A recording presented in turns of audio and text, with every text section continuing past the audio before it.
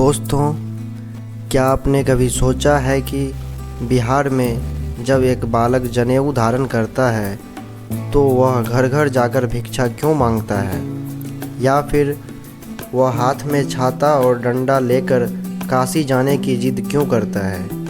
यह महज एक धागा पहनने की रस्म नहीं है, बल्कि एक बालक का द्विज यानी दूसरा जन्म है। आज के इस वीडियो में हम बिहार की माटी से जुड़ी जनेऊ संस्कार की वो दुर्लभ कहानी और नियम देखेंगे जो शायद किसी ने आपको बताई नहीं होगी। वीडियो के अंत तक बने रहिए, क्योंकि जनेऊ के पीछे का विज्ञान देखकर आप दंग रह जाएंगे।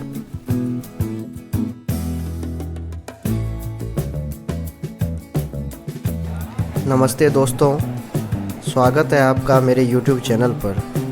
बिहार जो विद्वानों और ऋषियों की भूमि रही है, वहाँ 16 संस्कारों में से सबसे महत्वपूर्ण है उपनयन संस्कार, जिसे हम आम भाषा में जनेऊ कहते हैं। मिथिला से लेकर मगध तक इस उत्सव को किसी शादी से कम नहीं माना जाता।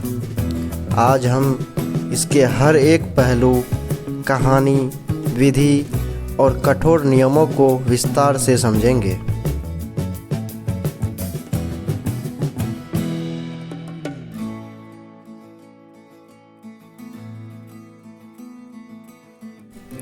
शास्त्रों के अनुसार जब ब्रह्मा जी ने सृष्टि की रचना की, तब उन्होंने ज्ञान के प्रसार और अनुशासन के लिए यज्ञोपवीत जनेऊ का निर्माण किया। बिहार की परंपरा में यह माना जाता है कि बिना जनेऊ के कोई भी व्यक्ति संस्कारित नहीं होता और न ही उसे वेदों के अध्ययन या देव पूजा का अधिकार मिलता है। इसे ज्ञान की तीसरी आँख का खुलना भी कहा जाता है। बिहार के मिथिला क्षेत्र में माता सीता के परिवार से ही यह परंपरा अत्यंत भव्य तरीके से चली आ रही है। कहा जाता है कि स्वयं भगवान राम और उनके भाइयों का उपनयन संस्कार भी इसी विधि से हुआ था। यह संस्कार बालक को बचपन की चंचलता से निकालकर जिम्मेदारी की दुनिया में प्रवेश कराता है। जनेऊ संस्कार की पूरी विधि: मातृका पूजा और मुंडन। सबसे पहले घर की कुलदेवी और पितरों की पूजा होती है। बालक का पूरा सिर मुंडवाया जाता है और सिर्फ एक शिखा चोटी छोड़ी जाती है। यह इस बात का प्रतीक है कि अब बालक का ध्यान केवल ज्ञान और एकाग्रता पर होना चाहिए। यज्ञ और हवन: पंडित जी के निर्देशन में वेदी बनाई जाती है, अग्नि प्रज्वलित की जाती है और बालक अपने पिता के साथ बैठता है।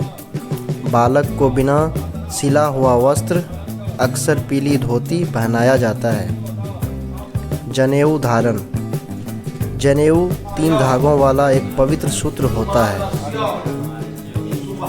पहला पितृ ऋण, माता पिता के प्रति कर्तव्य। दूसरा देव ऋण, ईश्वर के प्रति श्रद्धा। तीसरा ऋषि ऋण, गुरुओं और ज्ञान के प्रति सम्मान।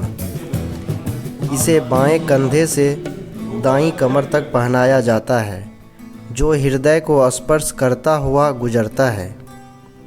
गायत्री मंत्र की दीक्षा: गुरु या पिता बालक के कान में अत्यंत गुप्त तरीके से गायत्री मंत्र देते हैं। बिहार में इसे मंत्र दीक्षा कहते हैं। इसी क्षण से बालक ब्रह्मचारी कहलाता है। भिक्षाचरण, अनोखी रस्म। बिहार में बालक एक झोला लेकर अपने रिश्तेदारों और गांव वालों से भिक्षा मांगता है। सबसे पहली भिक्षा माँ देती है। यह रस्म बालक के भीतर से अहंकार को खत्म करने और विनम्रता लाने के लिए की जाती है।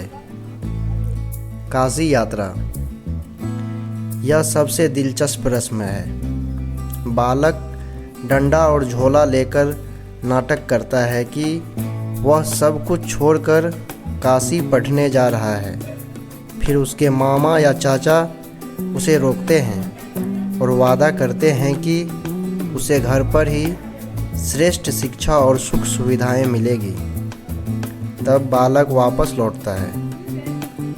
जनेऊ धारण करने के नियम। यदि आप जनेऊ पहनते हैं तो इन नियमों का पालन करना अनिवार्य है। पहला, शौच के समय, मल मूत्र त्याग के समय जनेऊ को हमेशा दाएं कान पर लपेटना चाहिए। यह शुद्धता बनाए रखने के लिए ज़रूरी है। दूसरी, सफाई। जनेऊ गंदा होने पर उसे शरीर से बिना उतारे ही साफ करना चाहिए। इसे गले से निकालकर कहीं अलग नहीं रखा जाता। सूतक नियम। परिवार में किसी की भी मृत्यु या जन्म सूतक होने पर जनेऊ बदलना अनिवार्य है। प्रतिदिन जाप। जनेऊधारी को रोज सुबह और शाम संध्या वंदन और गायत्री मंत्र का जाप करना चाहिए। जनेऊ का साइंटिफिक इम्पोर्टेंस। जनेऊ का केवल धार्मिक ही नहीं वैज्ञानिक महत्व भी है। एक्यूप्रेशर। कान पर जनेऊ लपेटने से स्मरण शक्ति बढ़ती है और पेट की बीमारियां दूर रहती है। हृदय रोग। यह हृदय के पास से गुजरता है जिससे रक्त संचार नियंत्रित रहता है। तो दोस्तों, यह थी बिहार के जनेऊ संस्कार की वो पूरी कहानी जो हमारी संस्कृति को इतना महान बनाती है। जनेऊ पहनना सिर्फ एक रस्म नहीं बल्कि खुद को मर्यादा और अनुशासन में बांधने का संकल्प है। उम्मीद है आपको यह जानकारी पसंद आई होगी। अगर आप बिहार से हैं या आपके यहाँ कोई और विशेष रस्म होती है तो नीचे कमेंट में ज़रूर बताइए।